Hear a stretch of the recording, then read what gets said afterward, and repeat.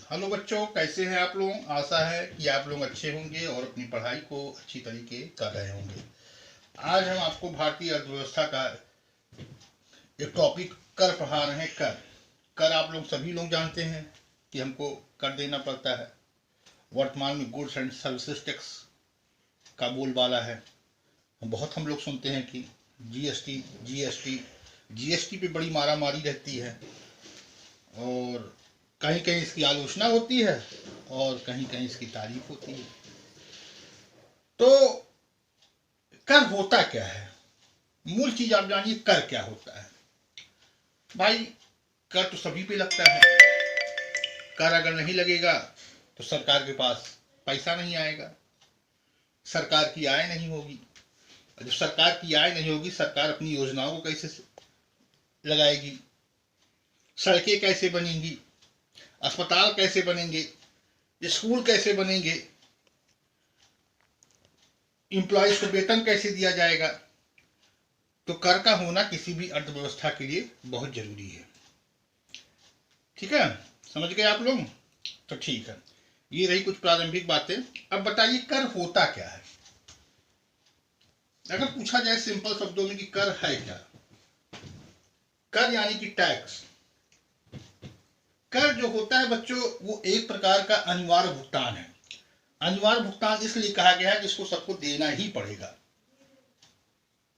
अगर हम कर की चोरी करते हैं तो एक प्रकार का संज्ञेय अपराध होता है उसको, और उस कर की चोरी के लिए हमको क्या मिलता है, पनिशमेंट मिलता है। ठीक है, तो इसलिए इसको अनिवार्य भुगतान कहा गया है। कर एक प्रकार का अनिवार्य भुगतान है जो उस व्यक्ति को अनिवार्य रूप से सरकार को देना पड़ता है जो कर आधार से संबंधित होता है। कर आधार, कि कर के दायरे में कौन कौन लोग आते हैं।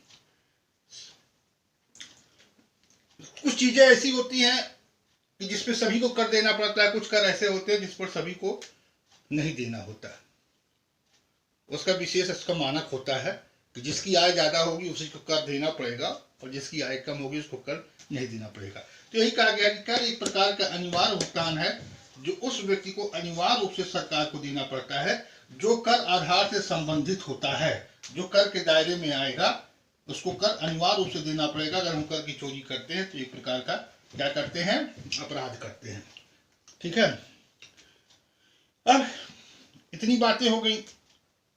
अब कर दो प्रकार के होते हैं, एक डायरेक्ट टैक्स और एक इनडायरेक्ट टैक्स। ये क्या होते हैं भाई, प्रत्यक्ष कर और परोक्ष कर क्या होता है। ठीक है, तो प्रत्यक्ष कर क्या होता है। प्रत्यक्ष कर सिंपल सी बात है, सीधी सी भाषा है कि जिस व्यक्ति पर कर लगाया जाता है उसी व्यक्ति को ही कर देना है। उस कर को हम दूसरे व्यक्ति पर उसको स्थानांतरित नहीं कर सकते हैं। जैसे हमारा आय कर हुआ, हमारी आय हो रही है तो हमको ही उस कर को देना है। किसी दूसरे व्यक्ति पर उस कर को स्थानांतरित नहीं किया जा सकता। इसीलिए इसको हम कहते हैं प्रत्यक्ष कर। हम उन करों को प्रत्यक्ष कर कहते हैं जिनके मौद्रिक तथा वास्तविक बोझ अर्थात कर से उत्पन्न कराघात तथा करापात उसी वक्त पर पड़ते हैं जिनके ऊपर सरकार कर लगाती है।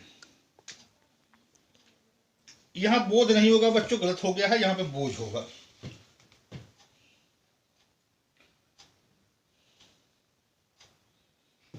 बोझ, जिस व्यक्ति पे सरकार कर लगाएगी उसी व्यक्ति को कर देना पड़ेगा।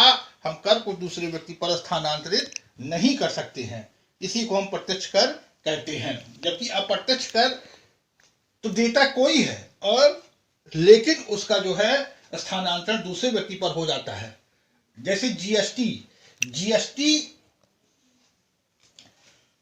तो प्रत्यक्ष दे तो कोई रहा है लेकिन अंतिम रूप से उसको उपभोक्ता को ही देना पड़ता है। तो प्रत्यक्ष कर, हम उन करों को प्रत्यक्ष कर कहते हैं जिनके मौद्रिक तथा वास्तविक बोझ अर्थात कर से उत्पन्न कराघात इन पर करापात उसी व्यक्ति पर पड़ते हैं जिनके ऊपर सरकार कर लगाती है। जिस प्रत्यक्ष कर मतलब जिस व्यक्ति पे कर लगाया जाएगा उसी व्यक्ति को कर का भुगतान करना है और उस कर को किसी दूसरे व्यक्ति पर हम स्थानांतरित या थोप नहीं सकते हैं, इसीलिए इसको हम प्रत्यक्ष कर कहते हैं। प्रत्यक्ष कर अप्रत्यक्ष कर क्या होता है? जिन करों के वास्तविक बोझ को विवर्तित किया जा सकता है उन्हें अप्रत्यक्ष कर कहते हैं। अर्थात इसका जो वास्तविक बोझ होता है वो किसी दूसरे व्यक्ति पे पड़ता है। जो व्यक्ति इस कर को देता है उस व्यक्ति पर उसका प्रभाव नहीं पड़ता, वो उसको दूसरे व्यक्ति पे स्थानांतरित कर दिया जाता है। अर्थात जो उस कर का बोझ होता है वो वास्तविक रूप से किसी और व्यक्ति पर पड़ता है।